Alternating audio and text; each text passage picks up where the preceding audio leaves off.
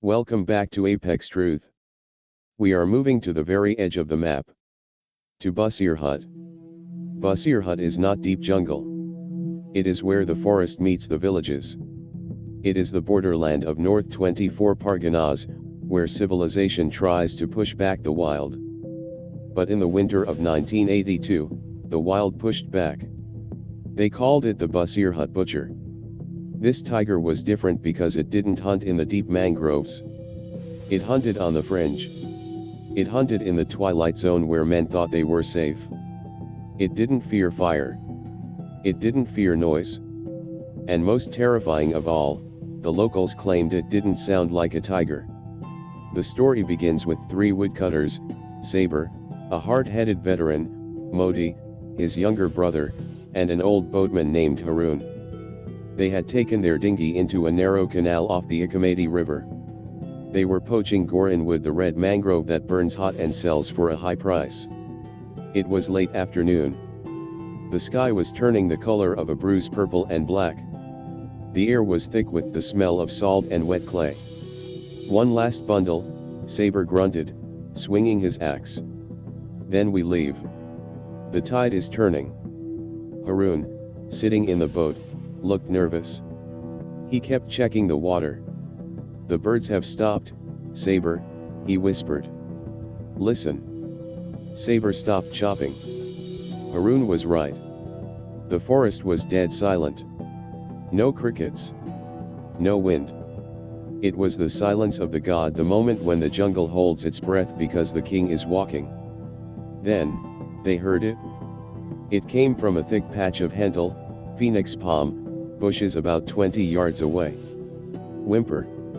Sob. It sounded exactly like a human child crying softly. Modi dropped his rope. Did you hear that? He whispered, his eyes wide. It sounds like a child. Saber gripped his axe tighter. There are no children here, Modi. It's a bird. Or a monkey. No, but. Listen. Sob. Help. The sound was pathetic, weak. It tugged at the heart. Modi took a step toward the bushes. Don't go. Haroon hissed from the boat. It is a trap. The bhoot, ghost, is calling you. But curiosity is a curse. Modi didn't listen. He thought perhaps a child from a fishing boat had fallen overboard and washed up. He took another step. Then another. He parted the thick, thorny leaves of the hentle bush. Is anyone there? Modi asked into the shadows. Saber watched his brother's back. He saw Modi freeze. He saw Modi's body go rigid. Modi didn't scream. He didn't turn around. He just made a strange, gurgling sound. Modi.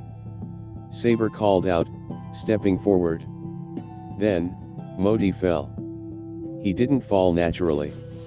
He fell forward, face first into the mud, as if his strings had been cut. And standing over him, rising from the shadows where the child had been crying, was a massive shape. It wasn't a child. The Basirhat tiger stood there. It was huge, its coat caked in drying mud to camouflage it perfectly. It looked at Saber over Modi's fallen body. Its mouth was open, panting. The crying sound hadn't been a lure, it had been the air wheezing through a deformity in the tiger's nose. A permanent, terrifying whistle that sounded like sobbing. Saber froze. He was 10 feet away. He had an axe. The tiger had his brother. The beast lowered its head, grabbed Modi by the shoulder, and began to back away. It didn't turn its back. It dragged Modi backwards into the darkness, its yellow eyes locked on Saber, daring him to follow. Modi! Saber screamed, raising his axe. But the jungle had already swallowed them. The crying had stopped. Now, there was only the sound of a heavy body being dragged through the slush. Slither! Slither! Saber ran toward the bush, ready to die to save his brother. But when he pushed through the leaves, he found nothing. Just a trail of deep drag marks leading into the impenetrable blackness of the mangroves. And then, from deep inside the dark tunnel of trees, he heard it again. Crunch. The hunt was over. The feeding had begun. And Saber was standing alone in the mud, with the sun setting and the tide rising to cut off his escape. Saber stood at the edge of the darkness, his knuckles white around the handle of his axe. Inside the thicket of mangroves, the sickening sound of bone-meeting jaw continued. Crunch. Snap. It was the sound of his brother being erased. Saber. Get in the boat. Haroun screamed from the water, his voice shaking so hard it was barely audible. If you stay, you die. It will want a second helping. Saber took one step forward, tears streaming down his face, mixing with the sweat and grime. He wanted to charge. He wanted to swing his axe into the darkness and die fighting. But the jungle has a way of stripping a man of his bravery. A low, guttural growl vibrated from the bushes. It wasn't the high-pitched crying anymore. It was a deep, chesty rumble that said, I know you are there. Wait your turn. Saber broke. The primal instinct to survive overrode the grief. He turned and scrambled down the muddy bank, sliding uncontrollably until he hit the water. He hauled himself into the dinghy, gasping for air. Push off, he choked out. Go. Go. Haroun jammed the bamboo pole into the mud and shoved. The small boat drifted away from the bank, caught by the outgoing tide. They floated into the middle of the channel, putting 30 feet of water between them and the slaughter. But the Basirhat butcher was not done. As they drifted down the dark canal, the sun vanished completely. The moon was hidden behind heavy monsoon clouds. The darkness was absolute. They had no torch. They only had the faint phosphorescence of the disturbed water. It's over, Haroun whispered, shivering. We are safe now. No, Saber said, staring at the black tree line moving past them. Listen. At first, there was only the sound of water lapping against the wood. Then, it came again. Sob. Whimper. The sound wasn't coming from behind them. It was coming from the side. The tiger was keeping pace with the boat. It was walking through the dense roots on the bank, parallel to them, hidden by the night. The wheezing, crying sound was moving with them. It's stalking us, Saber realized with horror. It knows the canal narrows ahead. About half a mile downriver, the canal passed through a tunnel of ancient Sundari trees. The branches from both banks touched overhead, blocking out the sky. The channel there was only 10 feet wide. If the tiger wanted to board the boat, that was where it would do it. Row faster. Saber ordered.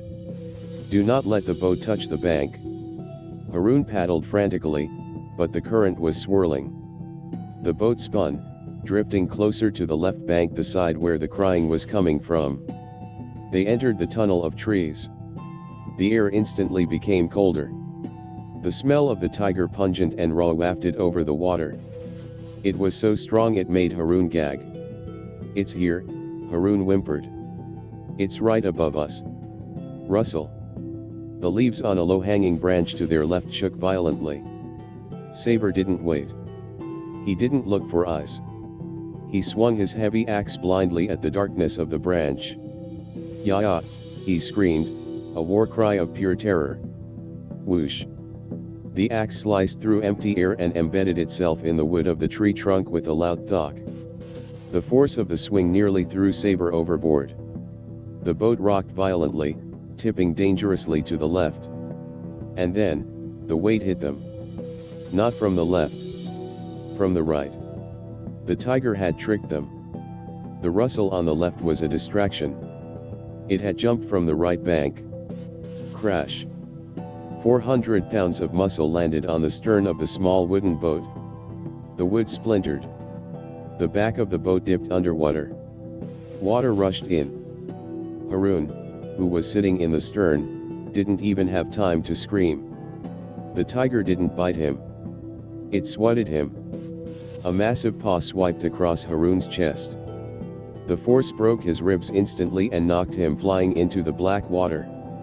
"Haroon!" Saber screamed, scrambling to the front of the boat to keep it from capsizing. The tiger was now in the boat. It filled the small dinghy. Its eyes were glowing green in the darkness. It was crouched on the broken stern, growling, water swirling around its paws. It looked at Saber. Saber had lost his axe. It was stuck in the tree. He was unarmed. He was trapped in a sinking boat with a man-eater. The tiger lunged. Saber fell backward, grabbing the only thing he could find, a heavy iron anchor chain. He swung the heavy metal chain with both hands. Clang! The chain hit the tiger squarely on the nose, the very nose that was deformed. The beast let out a shriek, a sound of pure agony that sounded like a woman screaming. The pain in its sensitive, deformed snout must have been blinding. The tiger recoiled, shaking its head. It slipped on the wet floorboards. The boat, filled with water and unbalanced, finally flipped over. Splash! Saber was thrown into the freezing, dark water. He kicked for his life, swimming underwater, terrified that at any second, claws would drag him down. He surfaced near the muddy bank on the opposite side. He clawed his way up the slime, gasping, coughing up water. He looked back at the river. The boat was upside down. The tiger was thrashing in the water, confused by the pain in its nose. But Haroon was nowhere to be seen. The river had taken the boatman. Saber didn't wait. He ran. He ran through the thorns, through the mud, bleeding and barefoot, until he saw the lights of a distant fishing trawler. The aftermath. Saber survived, but he lost his mind. He spent the rest of his life in a mental asylum in Kolkata. The doctors said he would scream in his sleep every night. But he wouldn't scream about tigers. He would cover his ears and beg them to make the crying stop. The Basirhat Man-Eater was never caught. The locals say it died of old age, or perhaps the injury from the chain killed it. But even today, woodcutters in Basirhat avoid that specific canal. They say that on moonless nights, if you turn off your boat engine and drift, you won't hear a roar. You will hear the soft, wheezing sound of a child sobbing in the mangroves. Sob. Sob. And if you hear it, don't look for the child. Just close your eyes and pray.